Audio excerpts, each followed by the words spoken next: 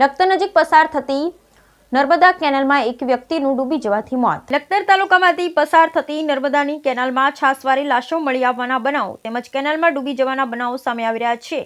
ત્યારે જે Lakhtar railway station road પર આવેલ નર્મદાની મુખ્ય કેનાલમાં એક પુરુષનું ડૂબી જવાથી મોત થયાનું સામે આવ્યું છે।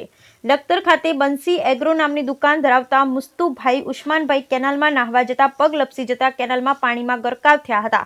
ત્યારે રાહદારીઓ દ્વારા કેનાલની બહાર શાલ અને ચપ્પલ જોતા કેનાલમાં કોઈ પડ્યું હોવાનું જણાઈ આવતા ઘટનાની જાણ સુરેન્દ્રનગર ફાયર બ્રિગેડને કરવામાં આવતા સુરેન્દ્રનગર ફાયર વિભાગની ટીમ ઘટના સ્થળે દોડી આવી હતી અને લખતર પોલીસ, લખતર મામલતદાર સહિત તાલુકાના અધિકારી તથા ગ્રામજનોના ટોળેટોળા ઘટના સ્થળે પહોંચ્યા હતા।